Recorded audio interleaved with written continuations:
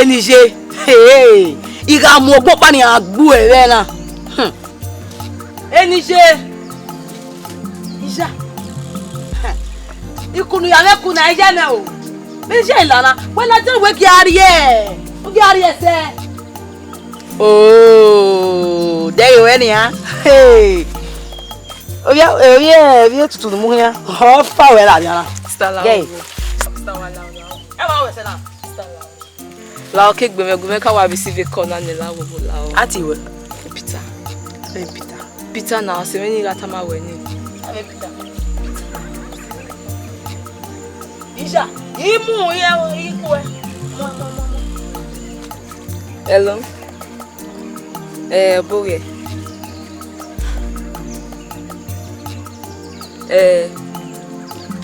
Mata. Oh mama, wese. Okay. Yone wese.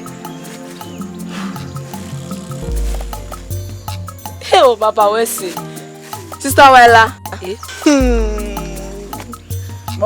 Mudiao. Di moto no teta ma we adeni. Oh, is that gumegwa na. Ime go ne, ege me be oni. We gumegwa no ta ma me bota. Sister Oduwaila. Yo, baba wese. Saloba wese. Elo ni na kedere ade saloba e rumane sister. Sister saloba e rumene. Hey, baba wese. Gumegwa na. Bo ki gumegwa. Ita we ni ade do ba ko. Owe hali me ale wole. Owe ara de ni vie Benin ya jesku me yare. Sister, ohiale me yin win na. Boye company. Sawese. De mo me de. Sawese. Eru ni mana. Ori iji ma susegu. Ori ma yusere. Sawese enije.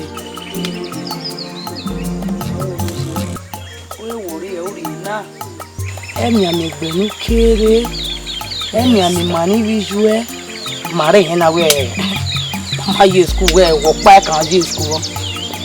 Ekenu we mare e ti na yo na. We o sage na npa mo pe ani je. Npa mo pe ani baba ri ti ai. Tabi e wa. Na ho. There we say na ako say very man. Very jena. Ije amana wina ne nai. Enu ya so e worun do mi ami ekenu kepa. Iwe ti me le school enu dan we make na ju. So pa be yuki dollar so ne ya. Mala ho. Le fiafia ma. Enye mi nya meti o. Enye mi nya meti ya so do ni enye mi nya o sister. Ije. Enu ya so e worun ya sebo. Do that get to say na no matter. Get back.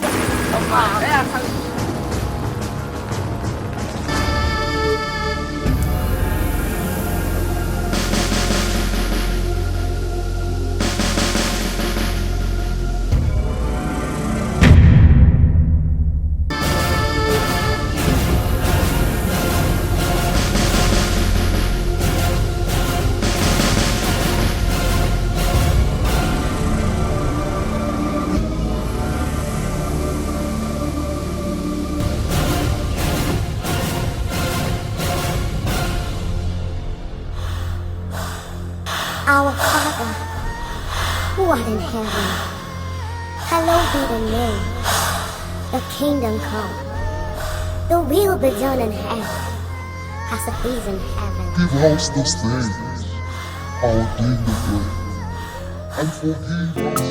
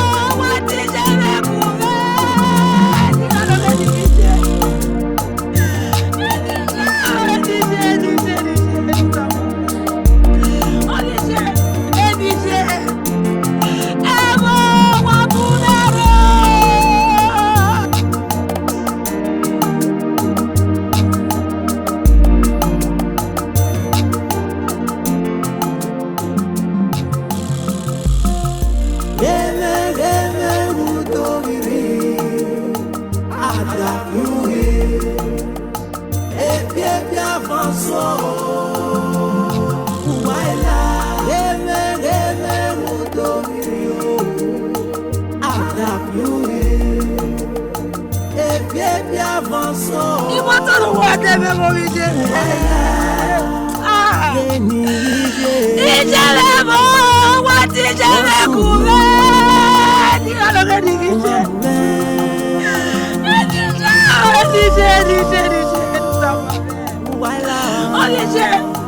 Ìbátọ̀rọ̀ wà tẹ́fẹ́ mọ́.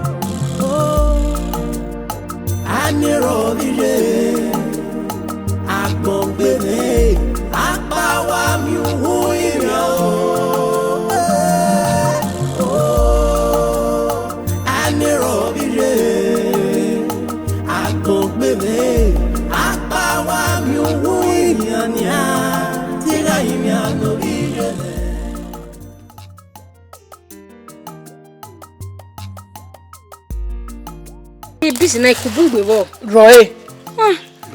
Na kero fie na. Busy ni me ki e ide. Bo ikubungwe bo na. Mami ron ya Roe. Roe boni ku. E wona ko gese. Oru ibiti mami ron ya ro na. Ikubungwe bo. Wa e di me de be ki e ide. E ba ni paso wo e. Ifo mo wolo na. Wolo wa yi. E bi sa wo waro na wa mama ti ro. Ki ko no mo. Bewe ti ogi hore. Ai bi ki wo ya ni rigbe na ya bi elele me azu oba. Wa ze gero e na mo yiro mo. Ye. Na mo yere. Igba mo. Ye. That's wa. What you wa? Ye, mi accident. Ye. Sage ge mi accident. Sage. Ye. Kuma mi ron ya re bisi wa we. Ye, mi accident. Ye. Abiyiwa mi accident. Abiyiwa mi accident. Sage mi accident. Akwa. Sage mi accident. Ye. Ikubungwe we busy. Sage mi accident vodoni. Sage wa la vie. Ye. Bungwe wo na. Alo me na. Abiyiwa mi accident.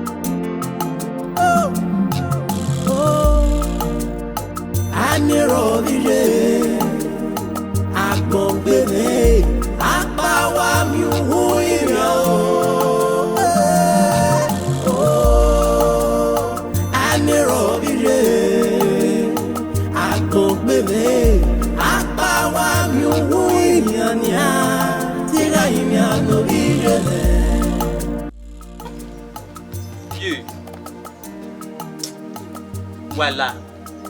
Why here? Nije. Nije o te wu. Nije o te wu. Mo te wu. Nije mu sese. We mu ese. Accident ni no gbe Nije ni. O so ma la gbe me. Mo gbe.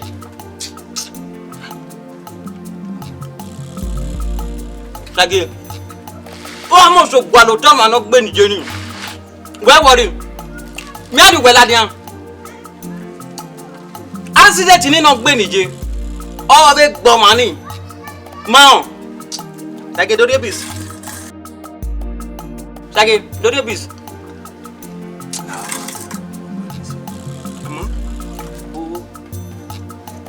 Evi no gbo bi jime na imi ami oto e. Imi agwalo emi, evi no gbo bi jime na. Ah o. Me imi agwalo to e ya agwalo emi. Me. Osazee. Ha. O gwalo te mi ropa. Igwalo e o. O devo, ibi jaji eima. O salo bora. Oni se.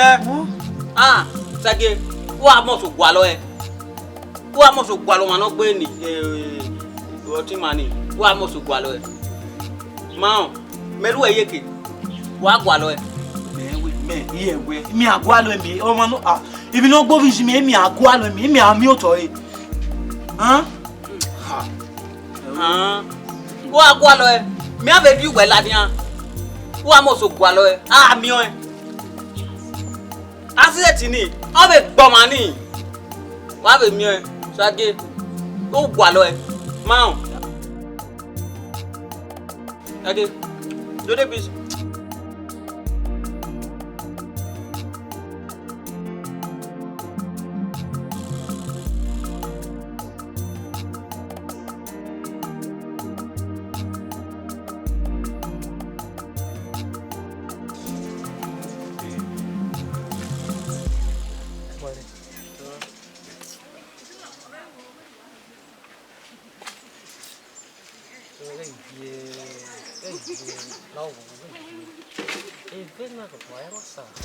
Aqui não havia essa cor. Vem me ver. O Tony é que o é tu vai mesmo. Tá bom, do boi. Me gastou carga mesmo, agora. Ei, boi, o agora. Onde é? It's good yes. Bem, bom. É fácil aí. O salão qual é uma da nação. Nó qua làm bộ đi ra đi vô vô quả để đủ qua tê li motu donc ni đi nhà số qua đã bị đủ số cả giờ bị quay yêu rồi để mà em cái gì có được không à phía này chứ cho một tông em người ta à phía này cái bao không mỗi chỗ đi bên nào mình cũng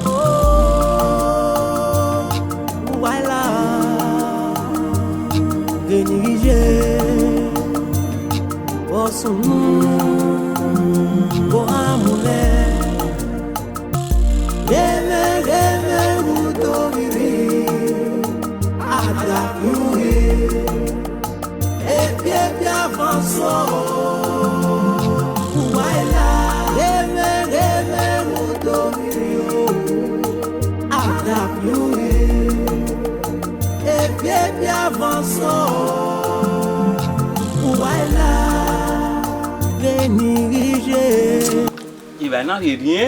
Oui, ça y est, même moi pas même à lever O bien vai gbe. Ye. O vi otun. Ni je ma. No wu. Iwa re ba bi moto gbe. Amata. Iwa re ba o. Iwa re ba. Mo ti kwa gbe jáde supo. We are in Nije. Ona waye me wo to. O ti ma hu poke fupo a. Wo kina wo bi okan kede. Me no ko ehia. O da me jan. Je wa mi. O. Mi ewe na ti e mo yo to ni awe. Mi ewe na. Me make no je. Ikini eje ni ehia gi meta.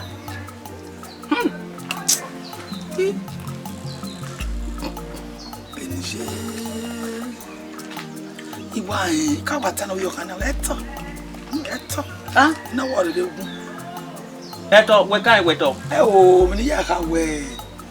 Igba won no. Ma no we mi ye. O yo mo se. Ye lekun. Okay. Ye. Ije ki wo. Ya we do se ba. No ja wo kedo ade. Ije waye vie. Waye vie ya se gbe ti won. Iya wa vie. Opa no. Osunu ne. Jo wa gwa le bae. Le man. Lo le ro bae. We di ona foni. Ale ko ojudu. Sokun e. O ma no gbe nije. Ogun ogbe. No kuna go we di wa be ti ebo ise ba ya. Abo aberi ba ti ebo. Bona be ti ve gbe na ri ba ya. No nuna mu me no. O ma no gbe nije. Isa go kin agbe. Isa go bo agbon wa kan na re ban. Lu de ka kan me na aro wa na ti ebo wo. Wa amo ati ebo wa na ye na mewe o wa na we ti ebo ji. Ma agwo abo wa na. Eyin ja ha wa. No. Ni nije Moses se. O ma no gbe nije ko kin agbe. Wa agbe. No ko agbe. Ari ogwa. Wa ari e ba fun ori opon gun mi. Ika kan na wa ti ebo ogwa na. Wa ti okon no ko agbo. We me won ogwa na we ti ebo na we de wa ti ebo yogwa. Ekene mi na so e ba na ti ebo. O ma do ego rie no kan na ti ebo. E kan na do ego na ti ebo. E kan ni gogu na ti ebo. Ari ogwa. Ari wa no ko agbo. Mo kan wa de no opon gun mi. Abo la we pe. O ma no gbe nije. Eri agbari ave. Eri agbari ave. Ogun agbe. Isago igbe. Ohwa igbe. Emi ya hin agbe. Oh, wo kan me kan. Ama ye sikino. Gurwe. Mo ka ma we bi ari we kian. Uri me hian a sikina li. Mutia.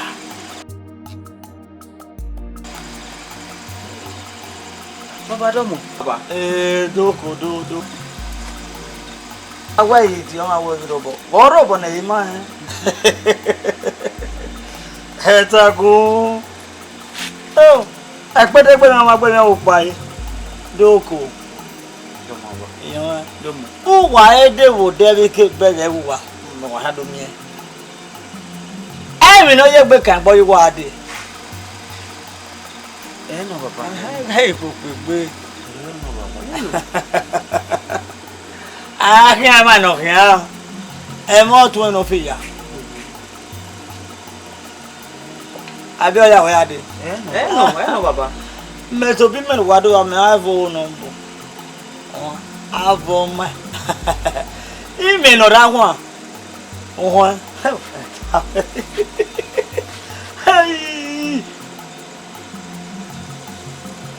Do mawa.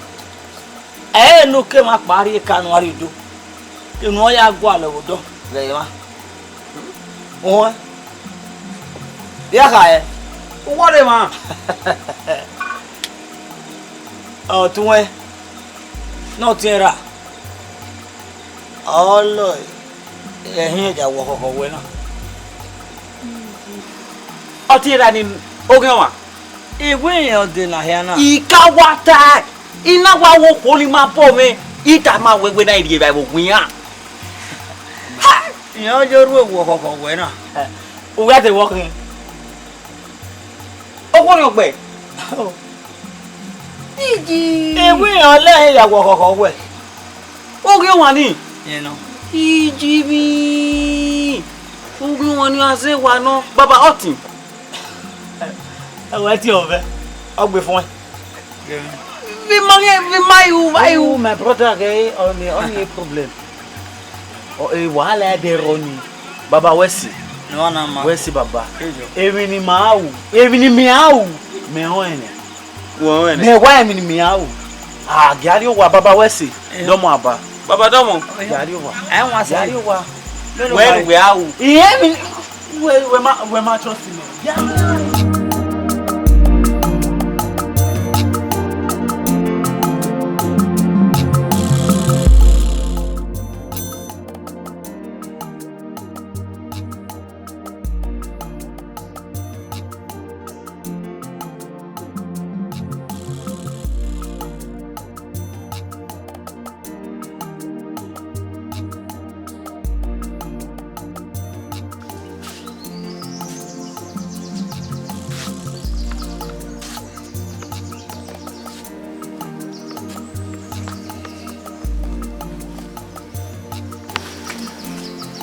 Denia, bota papa do bosonya. Eni yina do ni on ma ko ye logi menagbe. Iyan wa gbo ni o dere. No le mi gu wa mo. O ma ka bom ka. Na e wona we ana do na. Ya gba. Ama e gu na ni. No le mi gu wa. Ai bi so igbe o. Wala.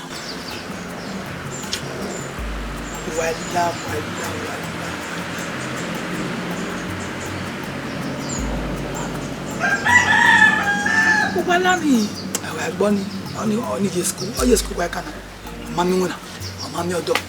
O wa ye wa re ba. Buso se ba. E aku yo wa. Odo ken de kuma. Emi odo. An so egbe ni do na gbon ma ba. Nu pa ya baladian. Osaki. Me wa ga gbon ma Osaki. Dawe ni imani memi sagina o ko pon wa awa ese da me ko pon wa sagi so igbe e ko pon wa no sagi ti a mi ohun ya mi we jige sagi wo gi so igbe o so emi na bo yo si oni yo me Comedy Emi na gbo yo Asioni yo me wa mu comedy o ni bele o agbo wede Uwaila ona ilawa mo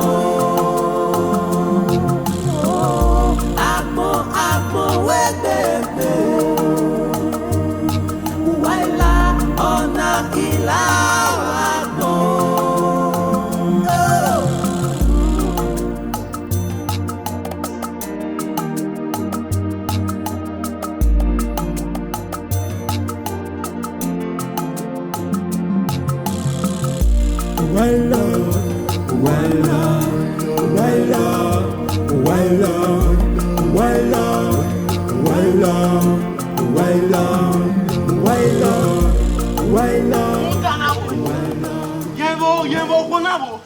Sagi.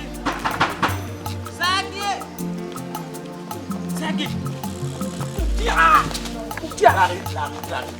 Ei, bodi we are go bu. Seme. Hama we now. Iwa hama we. Dia ni ha. Oh. Yo kun ja gboko na. O me mi na ya pe po ma be ni. O je wu. Maun. O wu. O so boy wu la. Mo dana e ro wa. Sagi.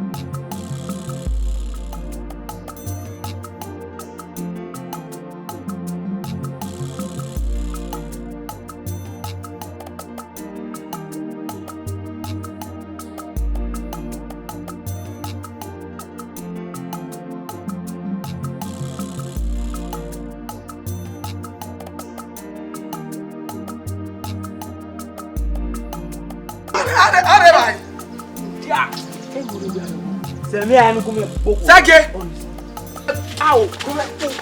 Sake. We so. Wa wi. Sake boki. La gume nu gume kwa se na wa. Me wa ya people there. So on this. Hey, me wa ya people there Sake. On this. Johnny say. Sake me wa there there. Johnny say azon. Eh, o so Sake ana do me. Sake. Je I we be only say. I we you no. I we only say. I we be na. Wa meji. Anu likula lene. O bolo we be na we no say na. Sake. Kwa ma likula lene. Johnny say. Johnny say. I we be na hin. Why we gidi babola gbenu mu we de jo wo yi. No, what do you want to do? See, I don't care day. When are your people me ajo was like you with my say. Woman no see I don't care day. See I don't care day baba ila we gbeku we kene no sake. O ko ni gbelu wa. Oni say. Maun, sake gapa. Ahun ni, apa ni. Maun. E bori. Oni say gapa. Wa me me piju wa o sake. Du wa dia agbon sake. O do pono po na mi eyin na yi. O sake. Wa mi rezaza no wono saka ko we na. Ama wuwegbe. Wa do gbe me. Ya ka ma we. Owo kan. O ti a name no gbe dabi je. Oh, wa gbada lo pe fa. Go sake. But ya ma me ati ba wi han mi o. Emi na gbo yo ma o. Osioni yo me wa mu po me ni ani.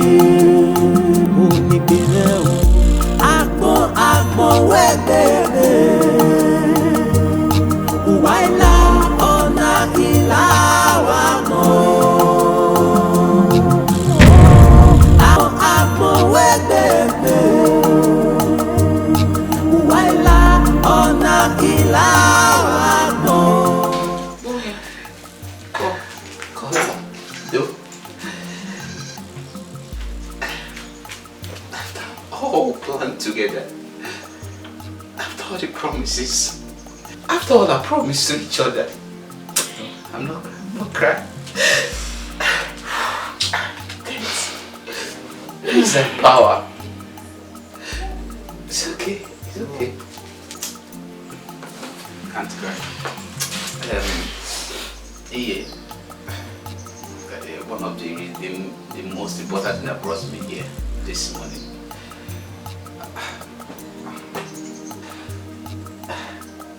I want to travel.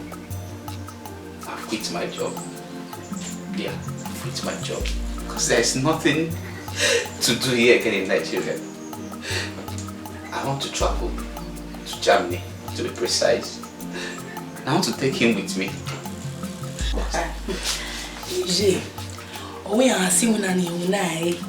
You can't Jimmy. You have it in Sagiri. I will go.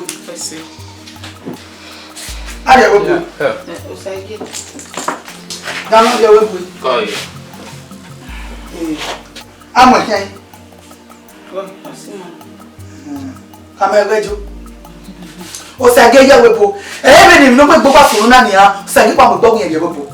Osage we agbe mewa. Osage ri metu gbe. Come here, go. Osage ga ye wepo. So Yeah, I was thinking I wanted to travel. I want to take him with me today. I want to travel by next week. So that was why I came here today. Oh where? It was all I'm doing. I can't hurry Jamie. Was I getting na hurry Edo? No, I didn't come back here. You tell my home. Where was I not? Okay. My mom said next week we'll send message call for you. Sake, what are you going to do? Everybody be on here. Who may not say when they are over the water. Come here, go.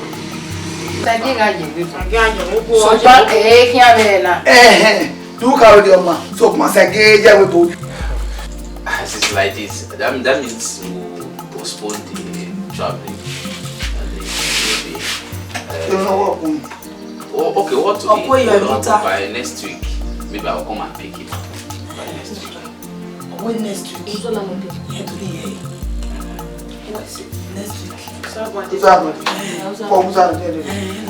Mutia pa mama eri ya eton oge eri ya go wa ne a le ge na ti ewe mo okay patient we'll send message come for you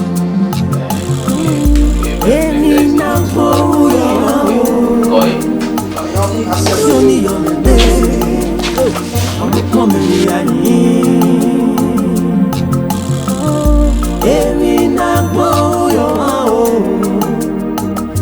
Soni yo me I'm coming Oni bile Agbo webe Ouwaila ona ilawa mo Agbo webe Ouwaila ona ilawa mo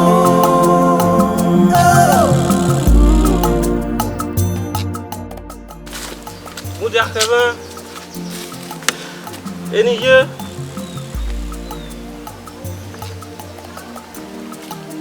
Biari uwe. Odame. Owa kaka bodame. Akpa wile de enwe.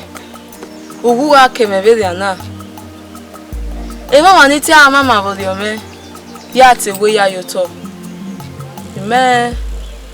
Ime woga je vede ana. Na ya zai na we.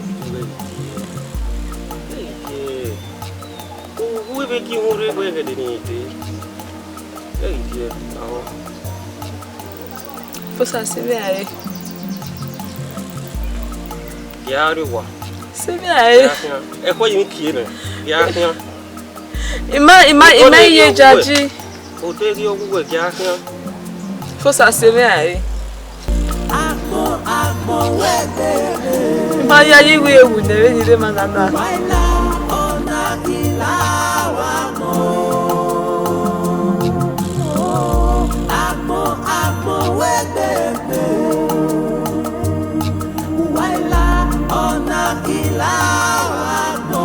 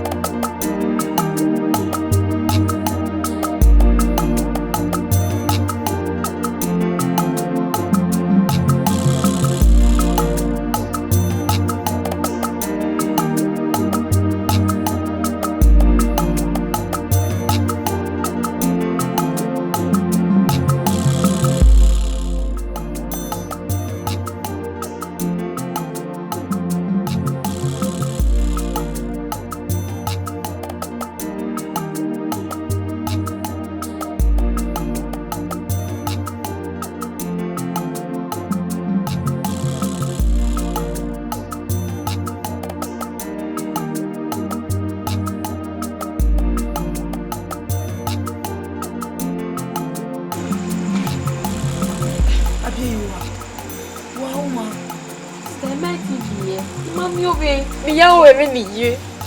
Ha. Gay. Kaya vie. Ima oni je hona. Ida wa beje yona.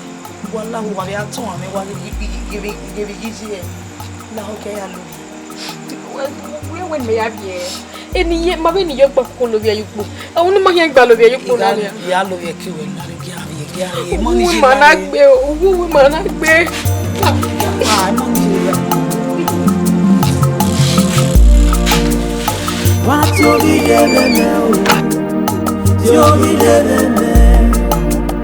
You be doing now. You be doing now. Otani mama say oh. You be doing now. Inye ni mama oh. You be doing now. Iho ni mama say oh. You be doing now. Oh, yama yeah.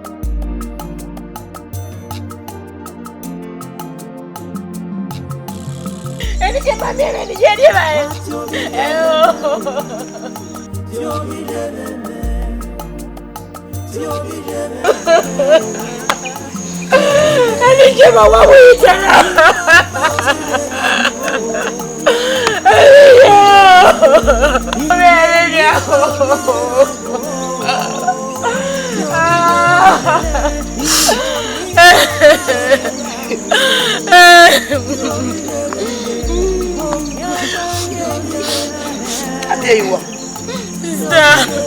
There you are.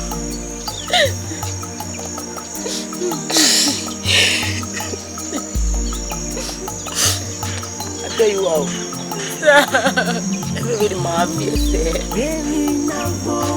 And I'm going to get there. I'm getting married. Money was passing the day, man. And you get my money, and you get my way by my brother. Oh, I'm making it ready.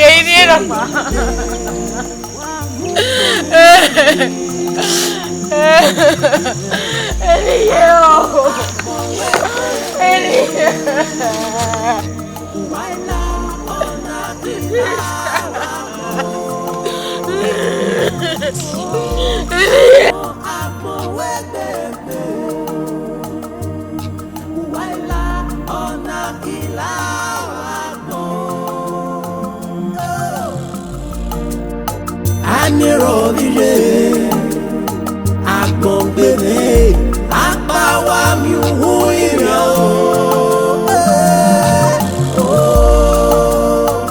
anirobire agbongbere apawa mi hu ire nia tira imi anobire anirobire agbongbere apawa mi hu ire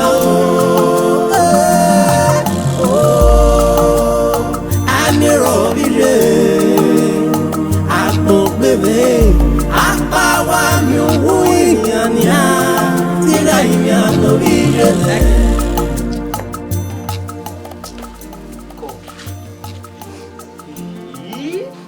What you went away? Why you say, "Hey, you wake me, huh?" Nini ni jina vitana, borag mo derigo. Ini agwe kwase, okwea, ome wunenia. Ija, ome dime te dame, otime wehinia, owana o we maybe no. Mao, koi wegbi. Ami mi no masunu. Ma, where are you Benny? Mama muting.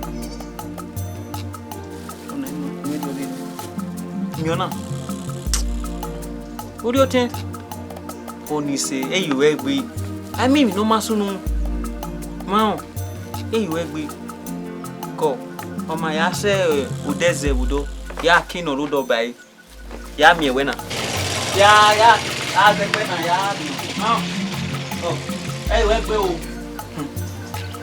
Nini jina vitana. Imi da. Vida gbe.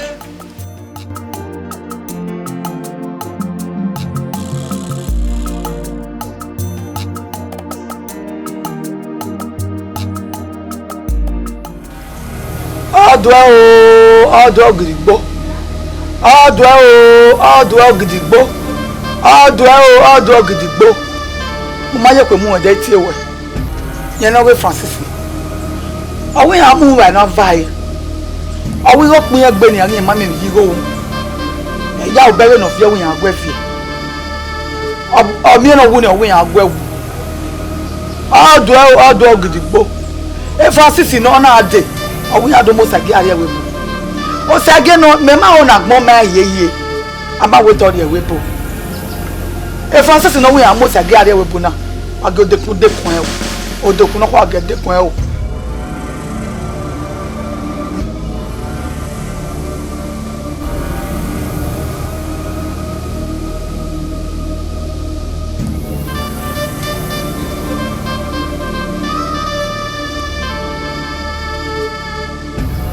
Yo Odoku de ko Francis o. Ojo gidigbo.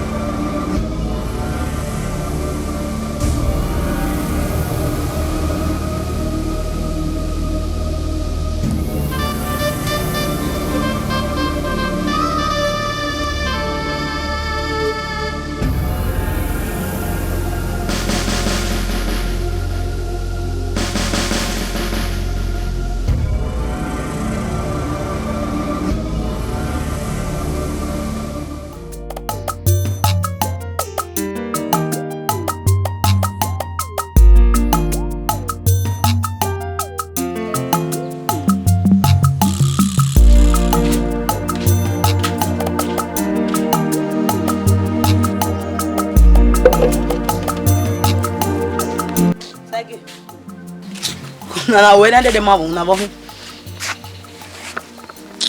Bo we hina bo sunu. Imamu wa dele onu wa gome gboho na wa. Doko no we hina, doko no hin. Imaka amu wa nu wa gome gboho na wa. O bebe sunu na. O be sunu na we gbe megun ari o yiri mewu. Iko de mi ati e de banya na ama me we ati me we fun we brother Peter wu. How? See. Baba bi ma o. Be lo wa hu mi na. Ihamu wa dele o ihamu wa. Mi edo ahia mi edo ahia yo nyare we go na. Oru ehiro fe hu. Samuel wa do ke mem no wiji wala rek to mo le wa na we ni e be ya wo mi na we ni ya.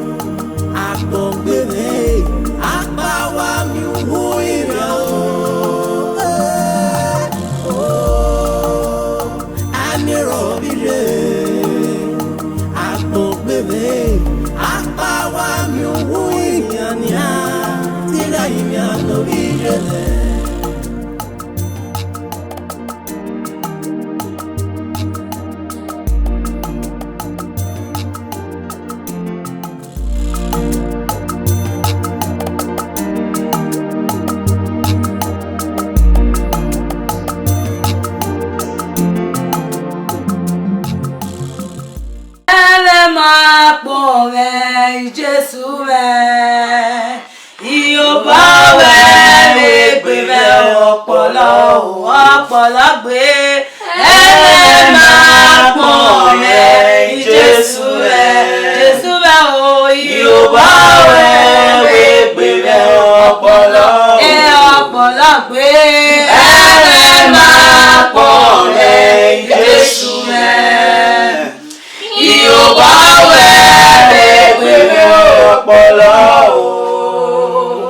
Ene máa pọ̀ mẹ́ Jésù ẹ̀. Ìyóbá wẹ́rẹ́ gbé mẹ́ ọpọlọ. Ọpọlọ pé ene máa pọ̀ mẹ́ Jésù ẹ̀. Ìyóbá wẹ́rẹ́ gbé mẹ́ ọpọlọ. Ibi jẹ́ mi wọ́n ti wẹ́ náà wọ́n wá kí a lè rú. No that way, no reason we big man na go pocket kan. Me wa le gi se le ni se wa le fi ma po, be le papa fi ma po. Wa ja ne run. Baba le papa, o gbe ni ma ru le re ke ni ma ri ni ro pa ma ri aba lo wa we ni ma. Ah, ke na fi se me gba papa. Ah, igbe nu fa mi ni fa ni da pa da. Ye re wa ri baba ke na fi se me gba. Igbe nu ya ra. Ah, papa, uwe ke ma ru wa ti we papa. Uwe ke ma ti we na.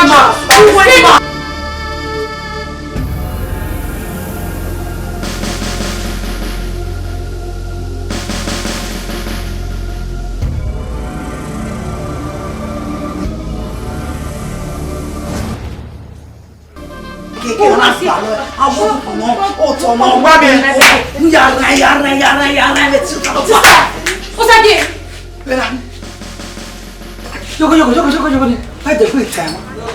I Baba do put what will no mama one. Dem no know what.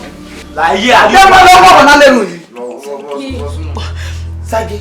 Ali o wa. Ebi ya mama o. Amo ba ko. La ali o wa. Ge mo se ko mo nu gugun. Ya ali o wa. Sagi mo mi pon no na. Mi pon ba de o we mama. Sagi. Ali o wa. Ge ma o se mama ka. Ai. Sagi. Ah! Eh, que no salo boaje. O fa ni le buye keke ni na ye akwo ni be. O ga buye no, o ga fa no, o ga sara. Sister Pierre no sabo aki we. Ni Jesu. Kene na to we. Ah, sister mu e to. Mu e gba. E no so be ke to yo awa. Eh, papa de papa ibu we ni ha. Ni bi se me popo. Ni we nu kire we la to.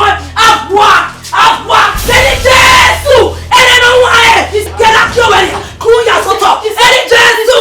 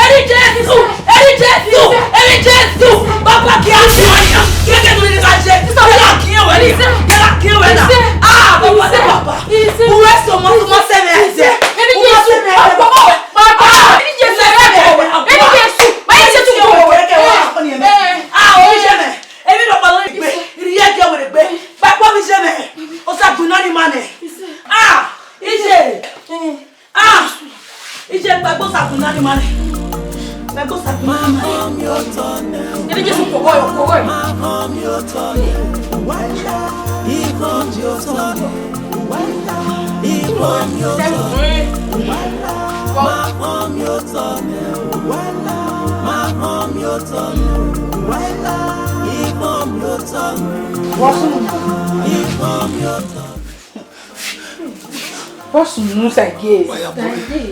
Saguei. Meno. Mo gbọ́ tí wà no buni. Ah. O pe ni je. Ya titi. Mo se no saguei mana ye we. Ah. Mo be gberu wa. Eh. Bisu we. Ya titi. Bi ma we ya titi. Itoge iwe ga gbon amaya wa yin ogbe bo pejo ari efe ni o se ni na gbori ni mana go sabi ye lawo o kan ti bo kan sage lawo wala le lawo